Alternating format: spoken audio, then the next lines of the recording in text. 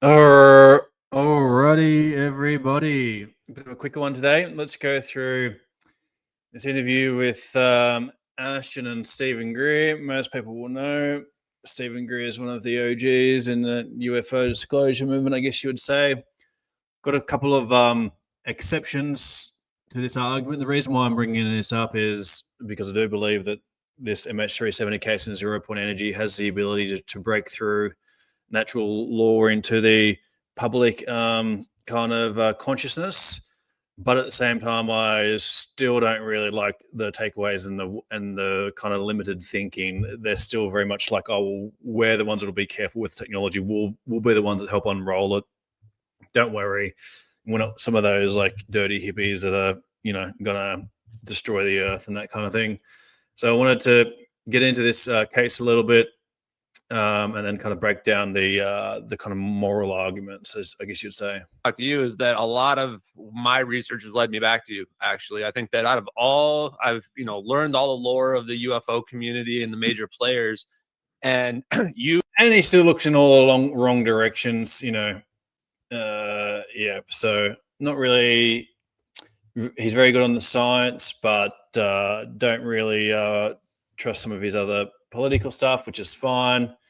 He makes arguments that the true libertarianism is like not pragmatic, is making arguments against what's going on in Israel as, but beyond that, there's a few, a few people that I'm trying to think of their names on the tip of my tongue right now, but in the ancient archaeology field, he thinks he's clever sometimes by backing people that don't deserve backing, because I think he's new to it. By far and away have talked to the legit Black Project engineers that know the science, know the physics, have clearly worked in the programs, have the NDAs, can't speak about it. So that's why I wanted to get your insight and share some information of my own from my own research. So first thing is that the videos were not given to me. The videos have been on the internet since 2014. Like, these are true leaked footage that was thrown on the internet that everybody discredited, didn't even look into, because it just looked so incredible. No one could believe it was real. And we were not familiar with the military systems that were being depicted. We didn't have like the Go Fast, the gimbal, those FLIR footages back in 2014. That was like 2017, 2018 that those videos were publicly acknowledged. The other one is, I don't know if you can share the video that I've put up here. This is the big one, is that I've identified this one video to be Gorgon Stare wide area motion imagery. And I had multiple confirmations. So what is that? I've never, people don't know what those words mean. Yeah, it's classified still to this day, which is why people haven't been speaking up about it. But this is essentially a drone flying above the airplane, an MQ-9 Reaper drone that has pods underneath each wing. And it's taking photos all the time, circling around an area. And what it does is it beams this through a relay satellite, which you can actually see in the bottom left, NROL-22. That's a real relay satellite, USA 184. It relays that information to like PACCOM or whatever the Special Forces Joint Intelligence Network is. And this would have been only primarily accessible in a SCIF somewhere, like some secured facility where they have intelligence analysts who are reviewing it. And it's basically like Google Earth video playback, presumably only in the regions where they have the drones, or there may be other capabilities. This version of it, we believe, is increment 2 based on the frame rate. It looks like the plane's kind of jerky. It's only about 6 frames per second. Nowadays, they apparently have stuff that's much better than this. But that's why it looks like the screen's moving around. That's why the clouds don't look like they move very much. There's parallax correction in these systems.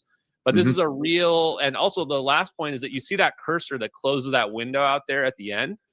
Right. That's a big clue, because it shows that with these whammy systems, they have a big map, and then they can press somewhere on the screen and it pulls up a window. And it's like what's a whammy? If you use an acronym, you need imagery. So yeah, okay. So just as a rule, since we're talking to the general public, if you use an acronym, define it the first time, and then we can use the acronym. Yeah. So it has like 3 different names. They also call it WAS, Wide Area Airborne Surveillance, and then Miami Wide Area Motion Imagery. So it's a computer system that uses photos from the sky and produces that footage. So that's the big one. And then I'll just share the other video. Is there's 2 drones that were recording this from different angles. And the second one's also an MQ-9 Reaper drone. And you can see, I mean, you can see the drone right there. It's actually under hard point number 5 is where this camera is situated. My sources tell me that it's a Lightning G4 by Northrop Grumman, which has color FLIR capability. So it's just an overlay they can put over the FLIR footage, essentially, to show this thermal gradient. And this one's so important because you can see that these are plasma. These orbs are actually plasma. So they're really a drone, actually, that's being encased in plasma. Just like we, in our spy planes, we use a plasma sheath to reduce drag for our hypersonic spy planes or supersonic spy planes. The same concept here. The extra bit that we see, these dark lines that come before and after the plasma, this is actually indicative of a field reverse configuration or a plasmoid. You may be familiar with the terminology, where they're essentially using the exhaust, so to speak, from this fusion reactor in the middle of this as propulsion. And then, as you see there, this is the first question I had for you.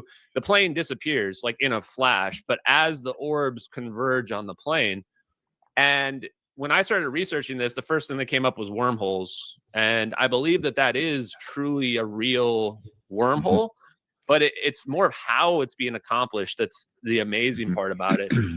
Even this slow-mo version was actually built into the original footage that was first found on the internet, which tells us that whoever leaked this, they wanted us to like understand what these plasma spheres really are, what they're made out of, how they function. You can see this weird heat signature in them, which seems to mean that it's a non-equilibrium plasma, like the electrons have been separated from the ions and they're being kept separated intentionally to build up a charge.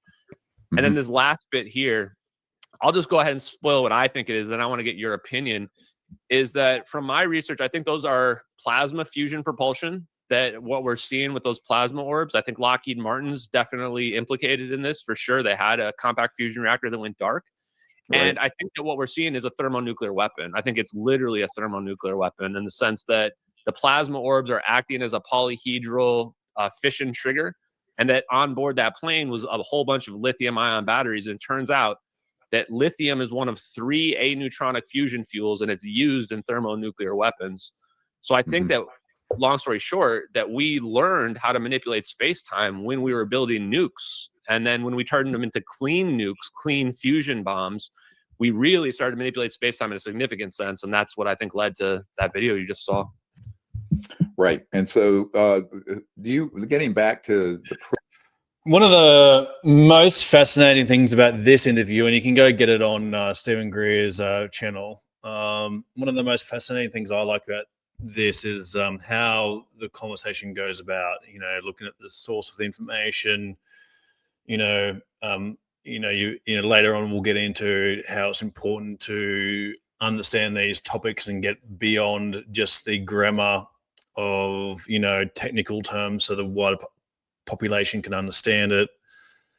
And then also, there's a few more social dynamics going on here as well. I think, Stephen Greer, tore apart Jesse Michaels, like, in my opinion, he deserves to be. But, you can kind of sense a bit of this harshness to it. And that's, I guess that's part of people's discernment process. Provenance of all this, which is all important. Because, in the era of deep fakes and computer generation. Right. And this is, why, what I have spent the last couple of years researching this case as well. I mean, I'm obviously not an expert like Ashton is, but I do think that things like the provenance and this story holds up on scrutiny. Generated graphics and images and video and motion graphics. People are always going to say, and I've been doing this for 35 years now, if it's a really good photograph, it's CGI. If it's not crystal clear, it doesn't tell you anything. They're always going to come up with an excuse. So what I have found is that you have to nail down the provenance, meaning the history, origin, and credibility of the origin, without which you got bumpkiss. So just a word to the wise. I mean, I've been doing this a very long time. Yeah, you ready for this? So the leaker this is of the what we got to hear. We got to hear, who had this footage? How can we prove that this leaker had access to it, and his provenance, and also a few jurisdictional questions. Where exactly was this event when it vanished? let's just say it did happen as shown. Geographically, where precisely did it happen? The person who leaked it, what was his nationality and corporate affiliation? Things like that are going to be very important for what we're doing. So, and I'll share just one more image right away, because the location is super important, because that's actually Malaysian Airlines Flight 370. It's not meant to look like MH370. It just literally is. If you pull up this kind of, I built this into Google Earth here. This is the real path of MH370, starting from Kuala Lumpur when it went dark over the South China Sea. And then later on, we found out it turned around and went back towards Penang Airport, which is the place that you would land. And then it makes another deviation. This was still tracked by military radar when it starts going northwest here. And then you see the military radar lost at 1822 UTC. Just because this is flat, it's not a straight line, but this would basically be a straight line going to the northwest up here to where you see it says satellite video coordinates. These are the real coordinates in that whammy footage that I was just showing you. And this is, 20 minutes away from the last radar plot that was publicly known by the Malaysian government. Now, also note, there's a witness, Catherine T, this woman here. I've spoken to Catherine T. She's a real person that really saw the plane on fire, glowing orange, right in the path of where this plane is being shown in those videos. So the providence, or at least the evidence that shows that this is legitimate, includes a real person who saw the plane and a report in China Times that was not reported in Western media that claimed to be an intercepted communication of the pilot saying that the plane was attempting an emergency landing and disintegrating, which is corroborated by the witnesses citing in both those videos I just showed you. Now, the real thing that people want to know when it comes to the providence is... So here's a question. Wait, let's stop. So the plane was on fire before these plasmoids appeared and it vanished? Correct. So, and so in other words, timelines are very important. Which came first?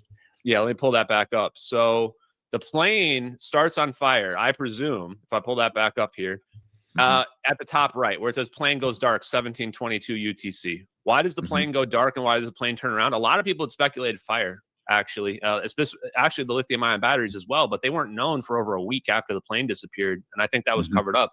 Personally, I think the whole thing was an operation. I think they planted those batteries on the plane dual purpose. One, to start the diversion, to force the plane to turn around. And then at some point, why doesn't it land at Penang?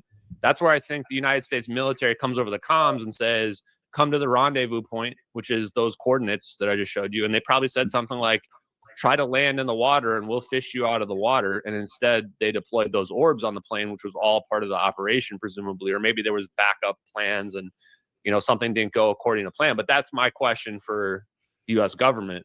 What I can tell you for sure, so this plane would have been on fire, but not like an uncontrollable fire, like a controlled fire by batteries that were intended to start on fire, that were intended not to take down the plane. They were also had a dual purpose, potentially as a neutronic thermonuclear weapon. They could have been the payload for that. So this is the reason why we would have never found the plane. This is why the whole south, the other point is that location I showed you where the plane is at the same location where they claim the plane takes a sharp south turn into the South Indian Ocean, flies for like 5 hours and supposedly crashes. Only problem, we never found anything down there. And then we find this debris that shows up. It shows up, we would expect it to show up in the coast of Australia, because that's where the plane crashed off the coast of Australia. The ocean currents go to the east. But instead we find all the debris, which is only about 10 pieces, 15 pieces at most. I do think it's from MH370. We find it in Africa, a completely different continent. And actually, in order for this to begin to make sense, we need the plane to either go in the water or have a final destination much closer to Africa than where we've been searching in the South Indian Ocean near Australia. So the circumstantial evidence seems to show that something at least is not right about the story, because we never found the plane. Plane has 4 emergency transponders that only go off during a crash. Somehow they can't be deactivated. Somehow none of them go off in this situation.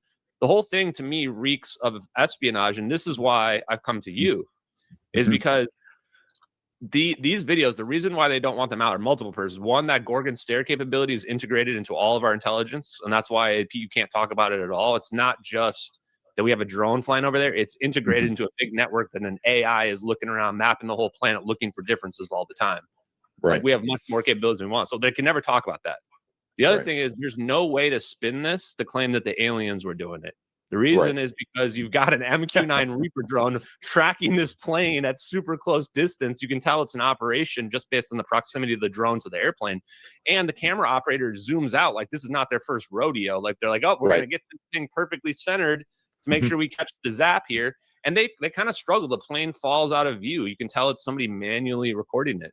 Now, the last bit I'll tell you is this, is that now that I'm on my run here, if you can get the government to release the MH370 files, because I promise you they have them, I've been FOIA and everything, and I'm just getting rejected left and right, then all of disclosure will come apart at the seams. And I don't know what it leads back to, if it leads back to aliens or if it leads back to ancient civilization, but I guarantee you this will all fall apart because I found the guy that leaked the videos. His name's Lieutenant Commander Edward Lynn. You could just tell that Greer was just really getting ready to tell him that his FOIA process won't work because they've set it up so you can't get the information.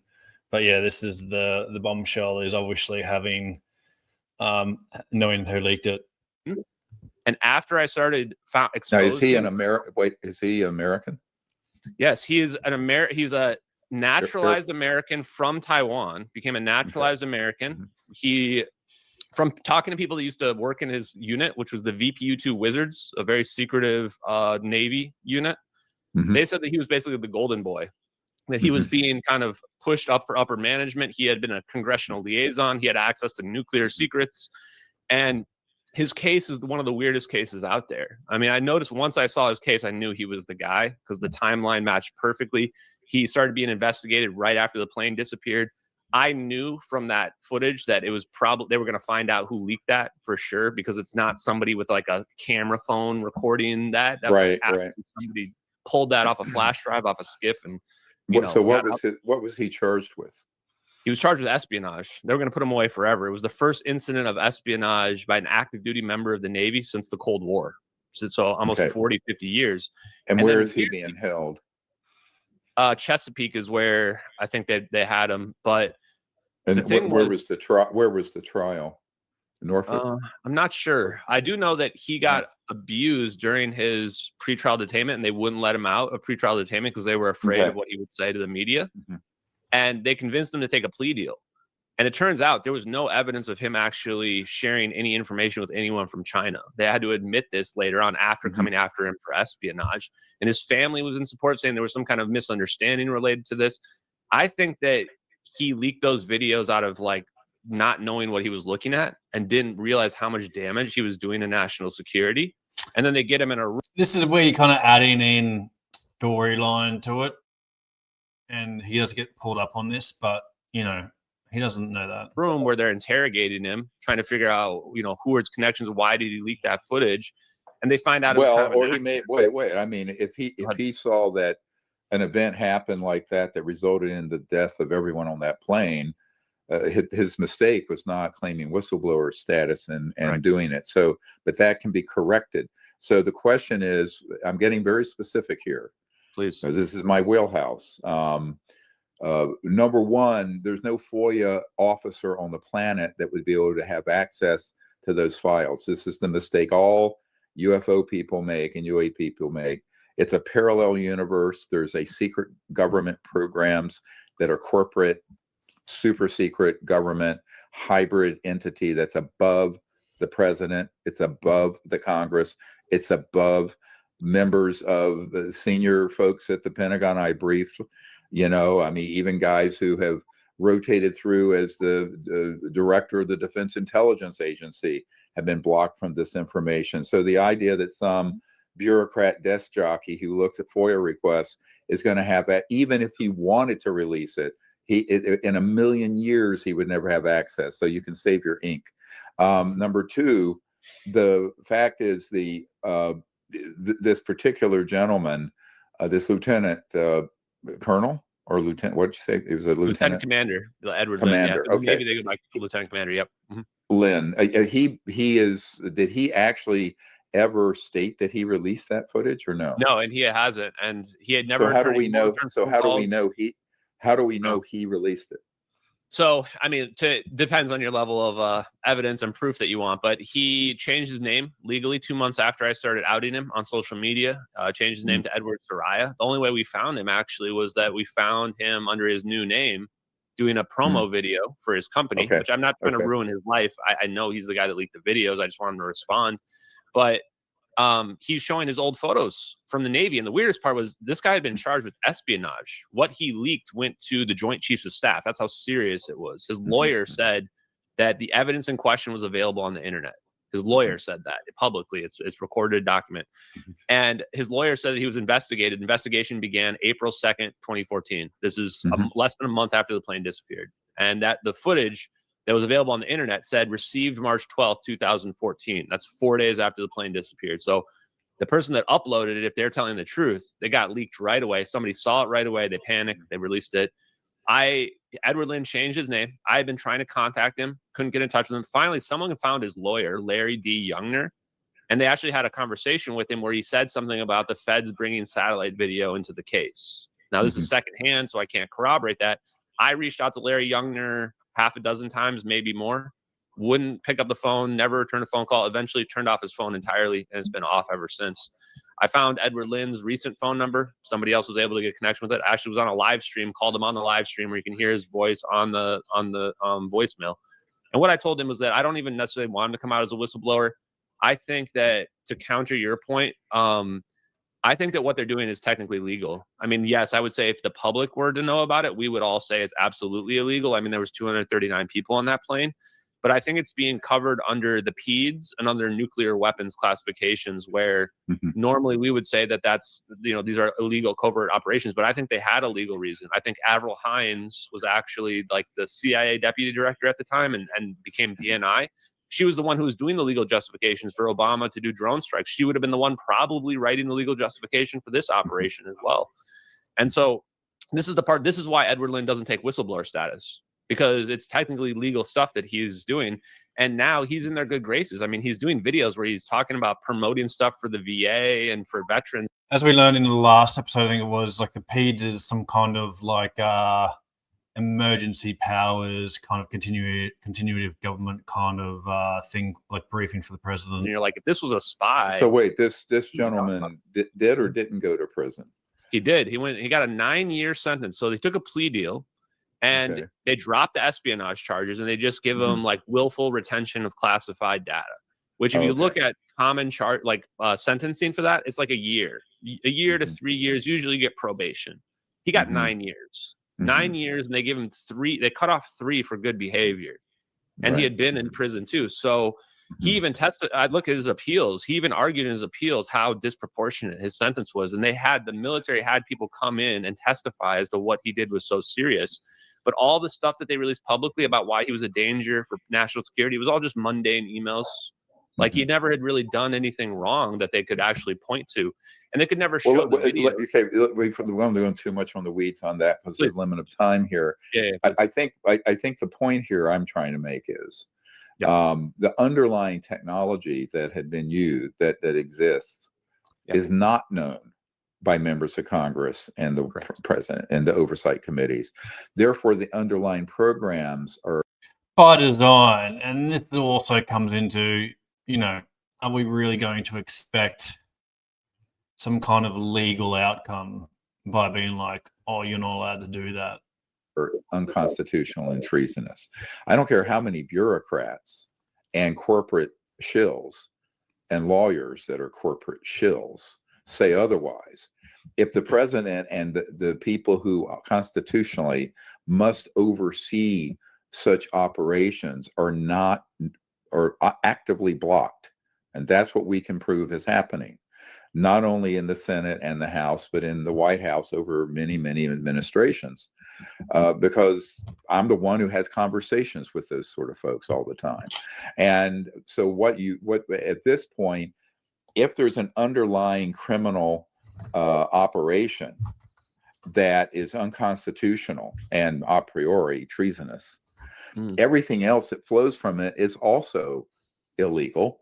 And anything that is done in the furtherance of that under RICO statutes, racketeering, influence, corrupt organization, which is how we took on the mafia, all of those operations fall into it. And then the whistleblowers are protected. So even though it's called basically this is when you're doing a stovepipe. So you have a classified TSSCI stovepipe, but then they'll attach to it legitimate. And one of the ways they've kept the very illegal programs a sticky wicket is that you could get burned by exposing a legally overseen known operation by the senior Gang of Eight and the president, but attached and buried in it in another stovepipe within a stovepipe are the illegal criminal operations. This is a nuance that no one is looking at, and it imperils that in and of itself is another felony. If you are committing a treasonous and unconstitutional act on something related to UAPs and what have you, and use a legitimate top secret program to further that secrecy, that is compounding it, and it is another felony. It's another criminal act. So that's how that all falls apart. And this gets to then what is going to eventually going to happen, two paths. Key people in this case, assuming, you know, they're still living, and you mentioned the woman who saw the plane on fire and things like that, they would have to be subpoenaed. And then they would have to testify under oath. If it's a U.S. citizen, if they are queried by a federal officer, agent, and they lie, that's a felony. And the law enforcement would then have to say, all right, you know, because they've already concluded, I can tell you this, senior law enforcement and certain members of Congress have already concluded that these, and certain key people in the administration have concluded these operations related to UAPs are in fact part of a massive RICO criminal organization. And at that point, everything can be rolled up in it. Now, obviously, there would be legitimate covert programs, drone programs. Also a little weary, and I could be wrong, a little weary about rolling everything up into this other kind of case, I guess you would say, that he's working on. Or telemetry, satellite monitoring. But to the extent those are being used, and you'd have to, you then have to redact certain things. But say the use of something like these plasmas or plasmoids to create, we have a whistleblower who has said it was an Einstein-Rosen bridge that gets created by that system, where it just looks like it vanishes. And, you know, if in fact that plane on fire vanished and quote unquote teleported over to off the coast of Africa, that's totally doable. People don't realize that capability does exist and has existed for some time. Yeah, it just won a Nobel Prize. I mean, macroscopic quantum tunneling, 2025. I'm on Tim Pool like 6 months ago saying that's what they did to the plane. There's a difference between the conceptual understanding of it, which is a wormhole, which is a geometric shape, versus the actual physical mechanism that allows it to occur, which is manipulating the 0 point energy. Like the 0 point energy is the distance between here and there, because the 0 point energy is space-time itself. So if in quantum tunneling, you reduce the barrier, reducing the barrier is reducing the 0 point energy. And that's why I think that even Hal Puthoff, he's the one. I wanted to ask you, like, how you even got in touch with him, because he's the guy I think is working with the CIA to determine when these weapons are deployed. That goes above.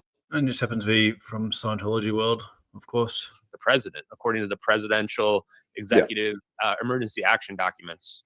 And so he's been an operative of this group for decades. Yeah.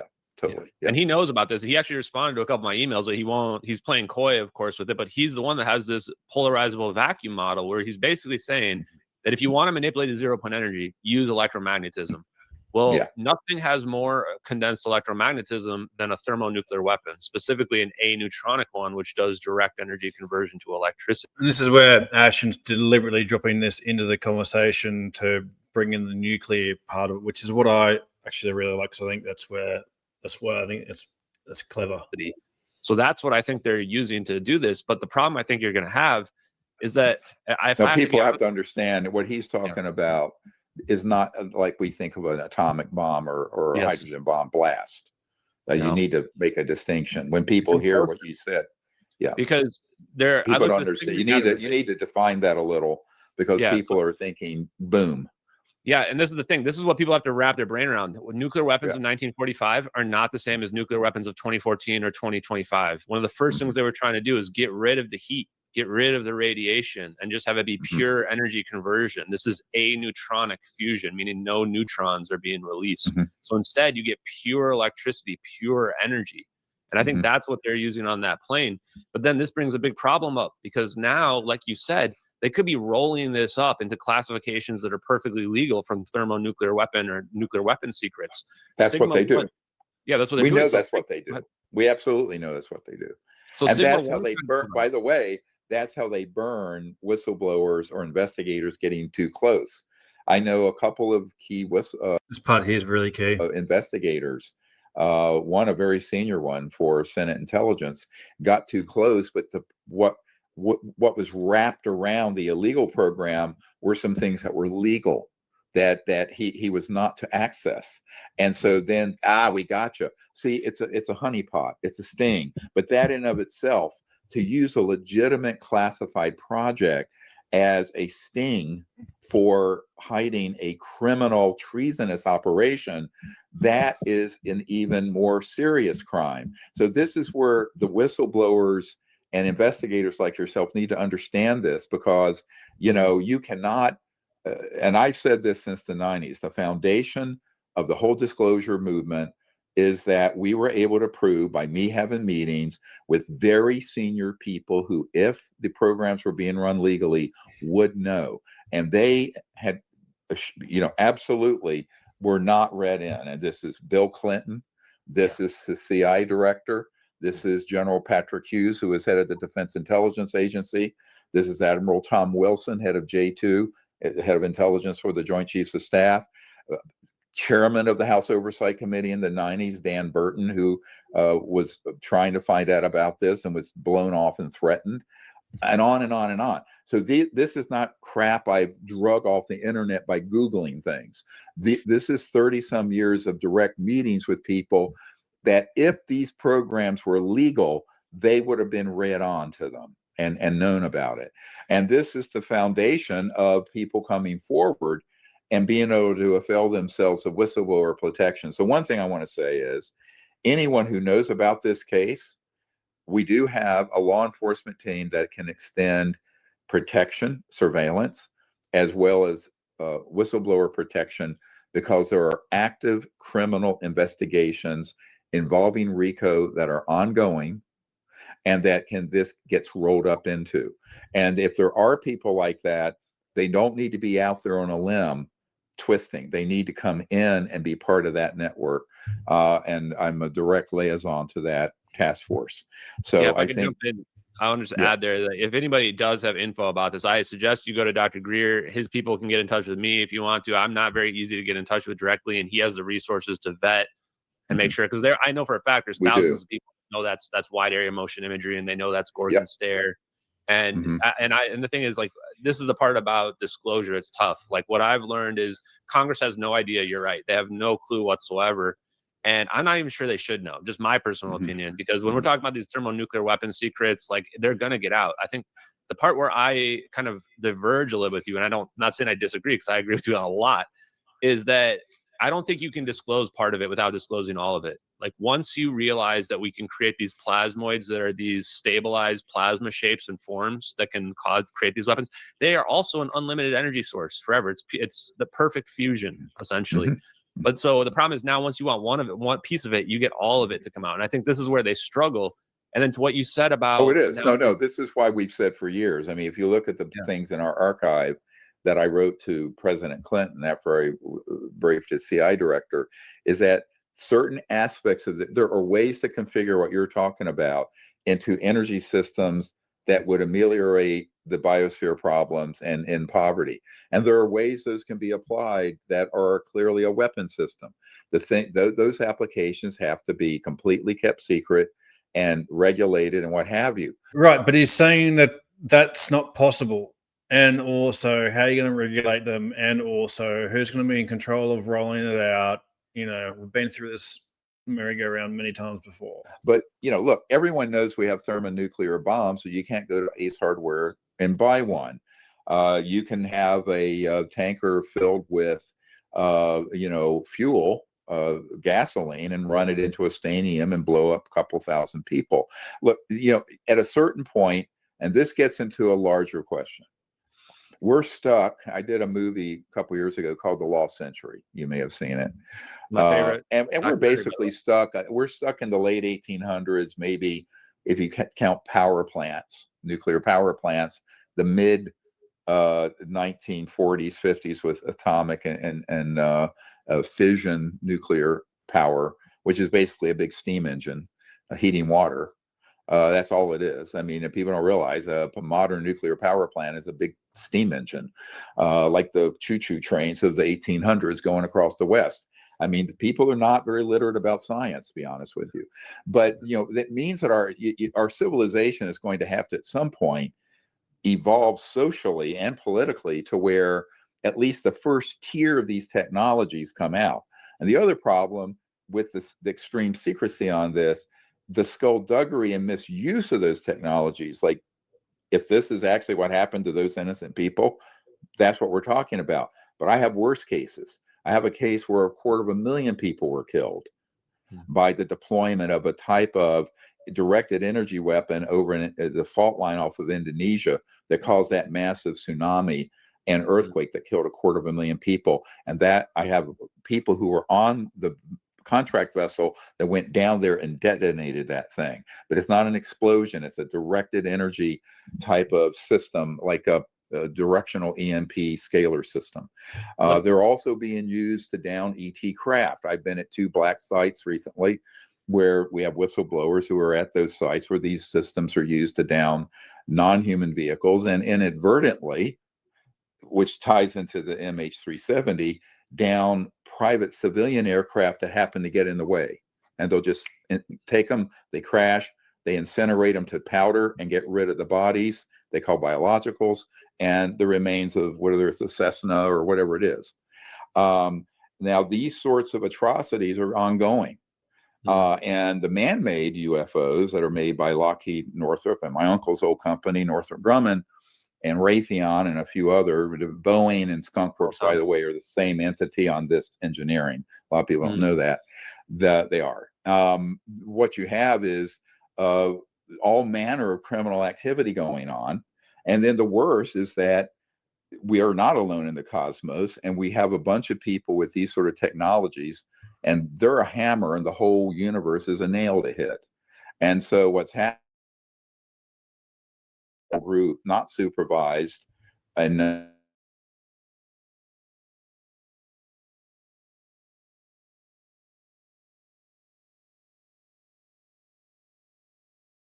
trumps democracy and trumps anything, the interests of the people.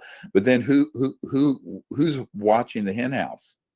Yeah. Right. I mean, the foxes are in the hen house. So these guys who are doing this, to be honest with you, are committing all manner of dangerous scenarios and abusing those technologies. So while at the one hand, yes, any technology can be turned into, I'm a trauma doctor. So, I've seen a knife used. You can put butter on your bread or slit someone's throat. I've seen both. No problemo. Easy. But so the question becomes, who is going to be the guardians of that? Who makes these decisions? And is it relegated to a group of, quite frankly, totalitarian fascists who want to run the world into the ground and control things as masters of the universe, Motus, as we call them, without any regard for the human future? Because they got on this path without thinking, how do you get out of it? So they've gone so far down this path. What we're trying to do, quite frankly, and this is why I have a lot of support from people inside these covert programs, is to give right. And this is where I've got a problem again. What are we going to give them an off ramp? Let's let everyone off the hook for all their crimes against humanity, and let's control the rollout of things, because we've got to have safe guardrails. Exit path, a pathway out. But it's going to have to be done reasonably. And I 100% agree with you. These technologies that are a short path to weaponization and offensive uses can't be allowed to go out there. On the other hand, the whole subject matter, if it right, but the point is that you can argue that that technology, to hide it, you need to hide the whole thing, which is what's currently happening. remains out of public view and oversight, these extraordinary abuses, a short list that I've just given you is very short. We're talking kidnapping, embezzlement of trillions of dollars, the downing of civilian aircraft, the traffic. Right, but what are we going to do here? Okay, there's a legal case. They set their own committee. Their committee says that no laws were broken, and it's all in a skiff. And see you later.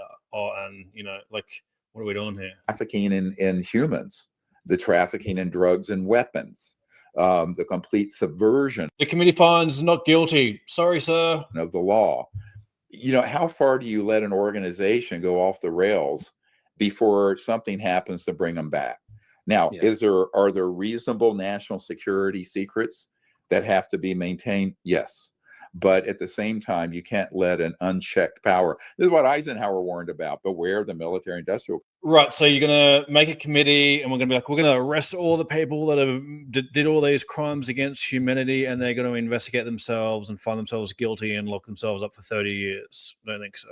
Complex. JFK and he too. said it because he had already been burned. I know for a fact he had been burned. So let me add a few more pieces of details on that, because I know that Rubio knows about the videos, because I saw a private email that had a bunch of military intelligence people on it, and he was on it, and they're talking about ball lightning and cold explosions from Tom Bearden, which is what we're talking about in those videos. And so I think that we're never going to probably get disclosure from the government, because like you said, it's all tangled up together. Even Lockheed's tangled this, the defense contractors are. They've been giving preferential treatment to their buddies and the people that are in the know on all this stuff.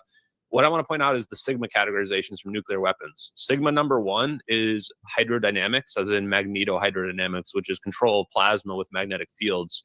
And then number 11, sigma 11, is inertial confinement fusion, which is one of the main methods of producing fusion. The NIF is what, National Ignition Foundation.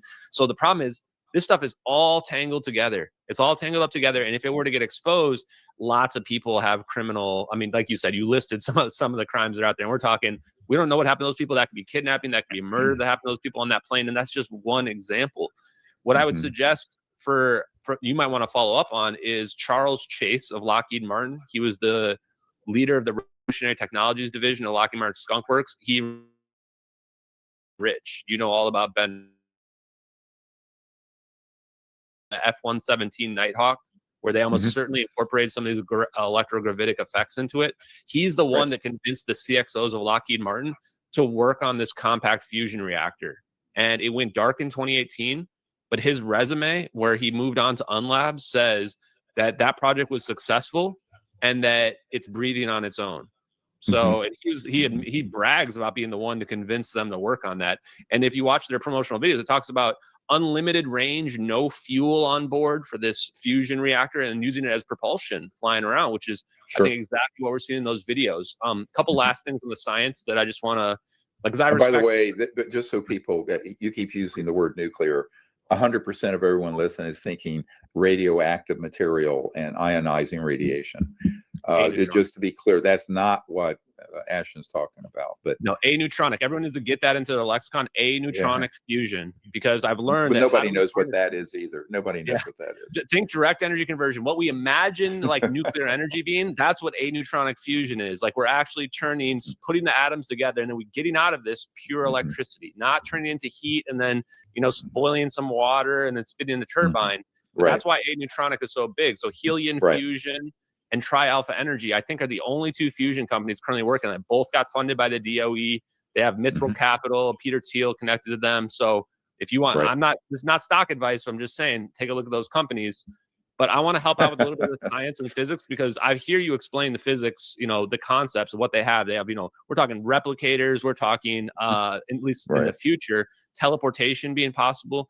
The teleportation is possible because of ER equals EPR, which is Einstein-Rosen wormhole is equivalent to Einstein-Podolsky-Rosen quantum entanglement. Quantum entanglement is just a tiny version of a wormhole scaled up, and we know quantum entanglement's real. One thing people forget, if you look, I know it's very politically incorrect to read, But if you do read, those of you listening, the original Disclosure book and then the book Unacknowledged that went with that film in 2017, there is a whistleblower who was in the Air Force at a base in Canada in 1953, 72 years ago, where they had an electronic system that could, quote, teleport objects, not particles, from one side of the base to the other. And it's sort of funny because what they were doing back then, everyone smoked, and they were using those big glass ashtrays, and it was disappearing and simultaneously reappearing at another. This is 72 years ago. The other thing I remind people is the week that Ben Rich, who had been president of the Lockheed Skunk Works, died. My friend, who was an aerospace Jim, said, look, he called him up, and he was only a few days to live. And Ben Rich said, look, anything you can imagine that you've seen at Star Trek or something like that, we've already done at the Lockheed Skunk Works. It's not at Area 51. It's out in the desert. I've been out there. I'm working with people who've been there and in the underground facilities. But what I think people need to understand is that he said that 30 years ago in 1995. And the technology curve just keeps going up, right? So one thing to remember, and this is where this is actually very dangerous, if you have an unchecked, powerful entity that has access to that kind of technology that are not necessarily guided by the best interests of the world and the people, this is where we could get in a very big problem, not only with what they are doing, but with what they are doing against non-human civilizations that are less than amused by this technology curve that's now being deployed against them. This is what no one's thinking of. So you have to click this up to a higher level of analysis to realize what the threat matrix is by having a group like this go on unchecked, and having all access to technologies without any supervision from the people, the media, the government leaders, and what have you. And this is not to say that as I receive information, if there's anything that is a operating schematic, I redact it, because I know that a lot of this technology can't be set loose on the planet, because you could have a terrorist in Mogadishu deliver a fierce weapon over Washington, D.C. in 2 or 3 seconds, not minutes. I mean, because if you're collapsing space-time that way, this is not something you want out to just every Tom, Dick, and Harry. On the other hand, there's a whole constellation of technologies that could come forward that would be very beneficial to humanity. But I think most importantly, and this is why, I gave up my medical career to invite whistleblowers to come forward that we keep putting out there to build it up. But I don't have any of legal authority whatsoever. I don't run the FBI or DOJ or White House or Congress, nor do I want to be honest with you. I've never had an aspiration to be involved with government whatsoever. I just got pulled into it. But at the same time, we have a responsibility to guide and advise them. See, this is where an external organization has to provide that perspective, and it is being listened to by senior folks at the agency and elsewhere. But what I would say, this gentleman who went to prison and then changed his name, that information, get the full information to me. If there are other whistleblowers out there that know of that event where 200 plus souls vanished, then that is something that needs to be looked at. And if there was a U.S. corporate or governmental involvement, that needs to be gotten to the bottom of it. Even if some of the reconnaissance and other ways have to be kept secret, the action itself cannot go unchecked. And so, because if that can happen, then they can do anything to anyone. Yeah. And that's what I would say, is that I just want the action to not go unchecked. And I am happy to consult and advise any government officials that want to know my opinion, because I agree. I think that we have to be able to admit what we did. I mean, to that point, because I think that those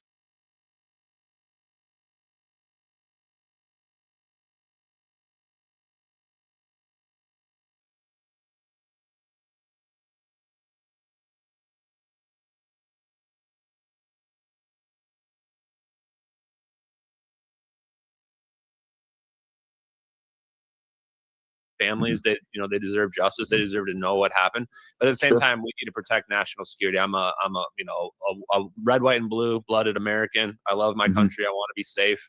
Trump talks about us having these weapons nobody understands, right? So I understand that, but and this is why I push people for neutronic fusion, because to me that's the avenue of getting what we need, which is unlimited green energy for the world to change everything. And it's still going to be disruptive, but we can avoid giving people thermonuclear weapons that would blow the whole planet up in an instant, right? And we don't want our adversaries to have that. So last thought on this is that people wonder, how do you do this? The 0 point energy. The 0 point energy is a wave. If you squeeze that wave together, it's going to become amplified like this. And the portion that's above 0 is the positive energy. The portion below 0 is the negative energy. The negative energy is what we need for warp drives and wormholes. It's just a conceptual misunderstanding when it comes to PhD physicists not understanding this idea of negative energy. It's simply a matter of squeezing your 0 point energy waves and causing them to amplify and then isolating that. And this is what Hal Puthoff and Eric Davis say in all their papers. People need to read the Defense Intelligence reference documents, the 38 papers that Hal Puthoff was bragging to Joe Rogan about. Everything is in there, including there's 2 ways to manipulate space-time. One is you could use these aneutronic fusion bombs, which is going to produce this huge amount of energy, and it's going to bend space-time because of E equals MC squared. You have this huge amount of mass energy. But the other way is super powerful lasers. So attosecond lasers, those just won the Nobel Prize in like 2023. The shorter your burst of energy is in time, the more condensed it is. And then this is something I haven't said to anybody. I was actually kind of uncomfortable about it, but there's another way to amplify those lasers, which is using a relativistic plasma mirror. So the plasma itself can actually act as a mirror so that the laser beams bounce off inside of it. And if it's vibrating, which vibration is the secret to all of this, then you get these non-relativistic effects because it's vibrating so fast. This is like the dynamic Casimir effect, which takes the Casimir effect you know about, and all they do is they vibrate the walls. And by vibrating the walls, it can amplify the effect because of this motion, relative motion, just like with a Doppler effect when you're moving in and out like that. They can do the same thing with plasma itself and make the plasma perfectly reflective as well. So they really can produce these plasma balls that are self-sustaining, that amplify laser effects, and that can then manipulate space-time and use it like riding a wave. Right. Yeah. And so this is where, you know, stepping up way out there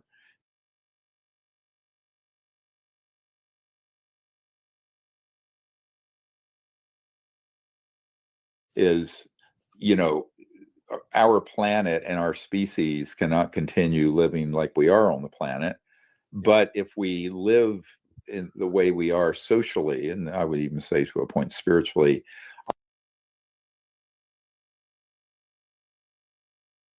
always at each other's throat over every stupid, superstitious thing we can think of, or this little piece of land here and there, we can't go forward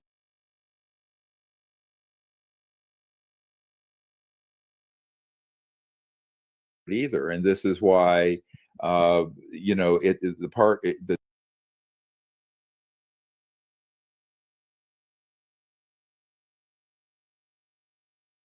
the foundational problem is that we're running out of time, is that we're going to have to learn how to live together peacefully with very advanced technologies and not weaponizing everything we get our hands on.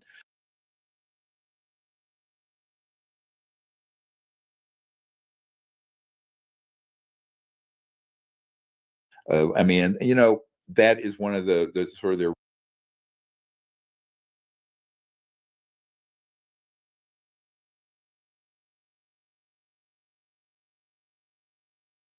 original sins, as it were, of the primate chimpanzee roots of Homo sapiens.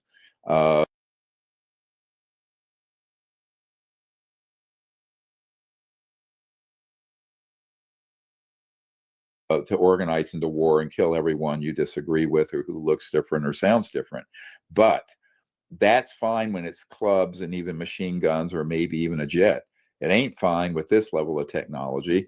And so this is on the horns of the dilemma where on a very deep level, when the final analysis, it's a social spiritual development that has to be concomitant with the technological. What's happened right now is our technology is way ahead of our social development, which is why we're still blowing each other up over nonsense and superstitions and beliefs and little strips of land here and there that don't amount to anything.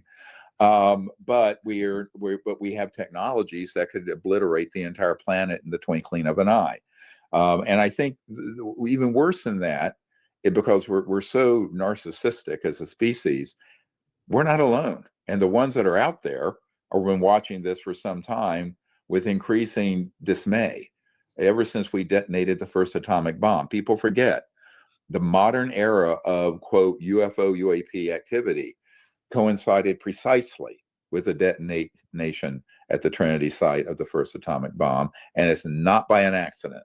It was absolutely very much related to this. And it's still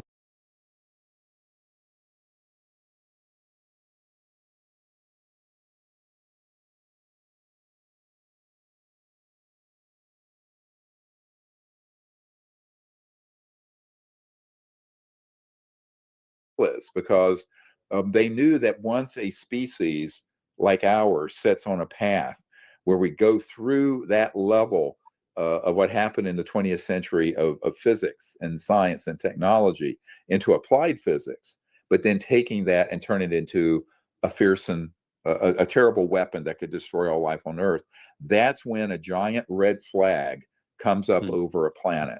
And boy, do we have a big one flashing red above us. So I think that's, you kind of have to put this into terms that people can understand.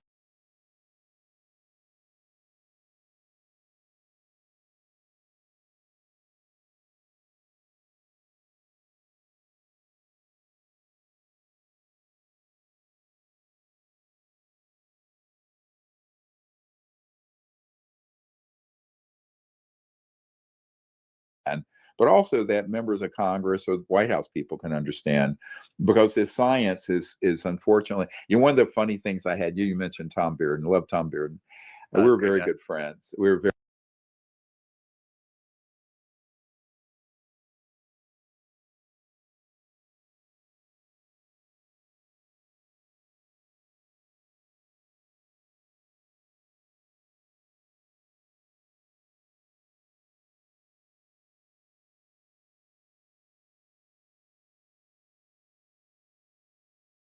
very close.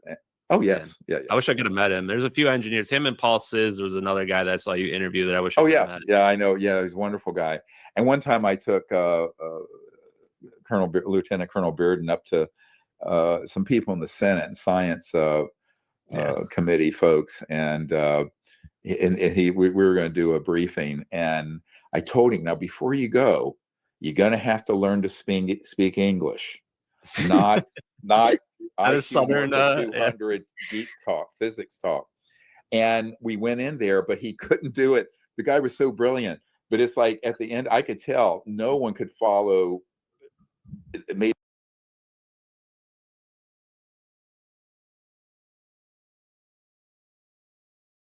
they could follow this but everything he said was like Swahili, and so I had to do a translation for them. But one thing I remind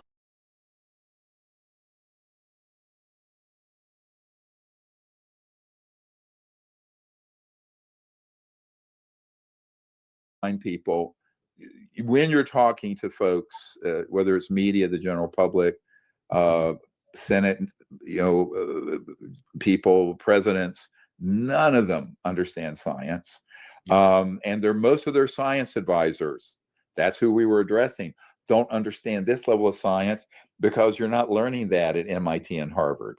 You're going to learn that in the Skunk Works, or someplace. So we have to learn to discuss it in a way that brings it to earth, and define our terms. But I also think that what you're doing is important. I would say we need to put out a call, and I'm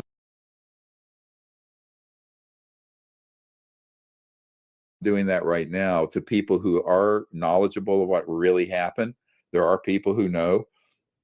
And I do think that this gentleman who went to prison, I don't care what his current or former name was, absolutely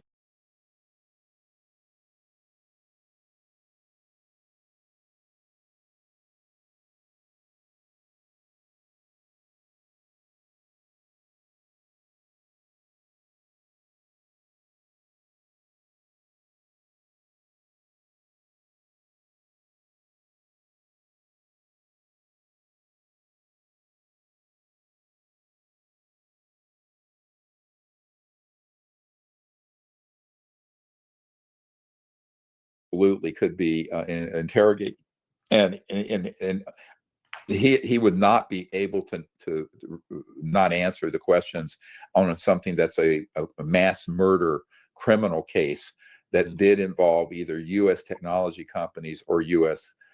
Military or intelligence personnel. I mean, the prerogative for the rule of law would trump whatever secrets he's been told to hide. So I would hope so. I think he needs a pardon, though. Honestly, I mean, the only way I could see him talk is his plea deal would have something in there that says that he's going back. That can be done. This is called a letter of non-prosecution. You can get immunity, and this is the other thing. People listening, the folks I'm talking with are in a position to be able to put that in place, because when the day is done, we have a whole bunch of high-value people in corporate and government workplaces that need exactly that, and that's what needs to happen. And this has been discussed. You've seen some of the draft legislation in Congress, but in reality, this can be done through the Department of Justice and also the executive branch. To anyone who has information of great significance, they can receive a letter of non-prosecution and immunity for everything they've done and have been involved with. But the quid pro quo on that is they have to disclose everything. They can't disclose this and hold back that. It has to be the full disclosure. But that is what we have folks who want to move in that direction. And I would say people connected to this case and other UAP related cases should contact us. You can contact Mr. Forbes. You can contact us and we'll collaborate on getting this to the right people who want to see the truth come out and have it come out correctly. And by the way, everyone I'm working with in the government end of this, who are the white hats who want this, they understand the sensitivity of the technology release, that it isn't everything. I mean, we're not wild-eyed UFO people who go, oh, everything should come out and we're floating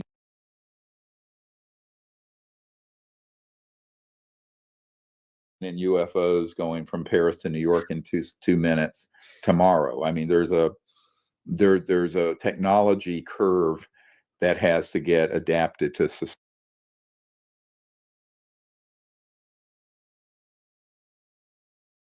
society's conditions and the state of the world. And the state of the world right now, it ain't peaceful, so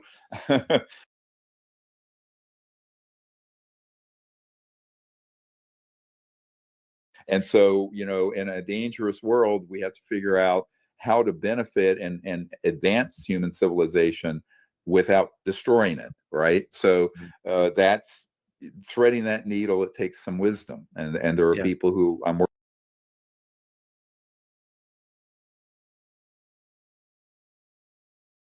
working with who I would say everyone I'm working with understand this issue. Yeah.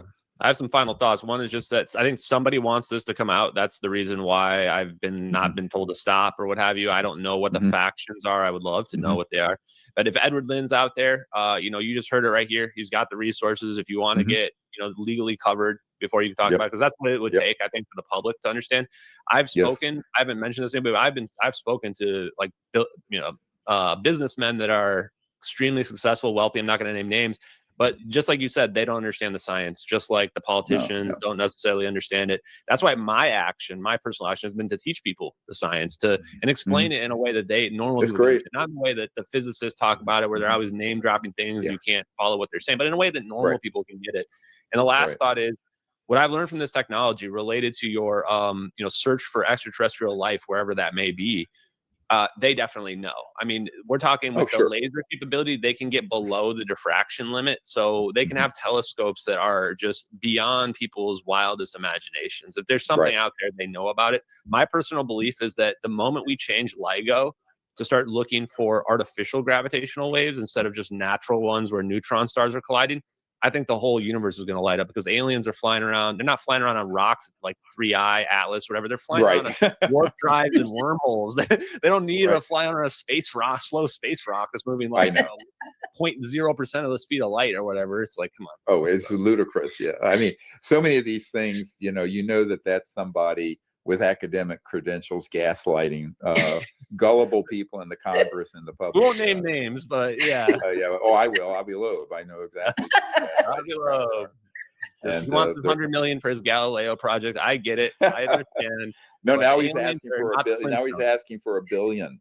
You know, $1 billion the Rat Pack with Bigelow Aerospace got maybe I don't know, 100 billion, a million, I don't know, but now they want $1 billion to keep the whole charade going, right? Let's put $1 billion into neutronic fusion research, and then we can all have infinite energy forever, and then we don't have to worry about any of this stuff. Exactly. Well, good. It was a pleasure finally meeting you, at least virtually. I hope sometime. Where do you live, by the way? I live in Minnesota, so yeah. I'm good. Midwest. All right. Well, I have a place in DC and a place out here in the Blue Ridge Mountains near Thomas Jefferson's house.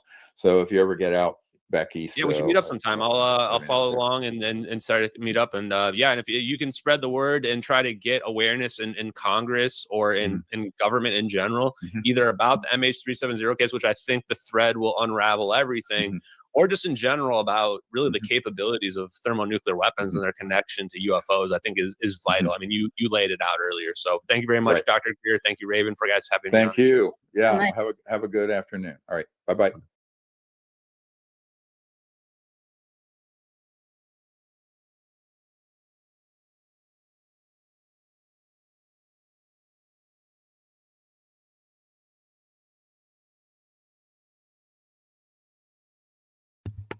And my microphone was off, so you probably would have missed all of my little comments in the last few minutes. That's a bit of a shame, but I'm glad that everyone got to see this. And yeah, I brought this up because say what you will about Stephen Greer, but we do have this case, and he has several decades of experience with dealing with whistleblowers in his field. But yeah, there's obviously issues with people trying to paint humans as evil or a condition of whatever it is. And even though yes, I understand that we're not living according to natural law at the moment, I don't agree with more of the same in terms of like putting it through Greer and his corporations or whatever as a way of funneling the technology. I do think that we need radical disclosure. So yeah, I think that this was a key interview. So I hope you liked it. Ciao for now. Bye.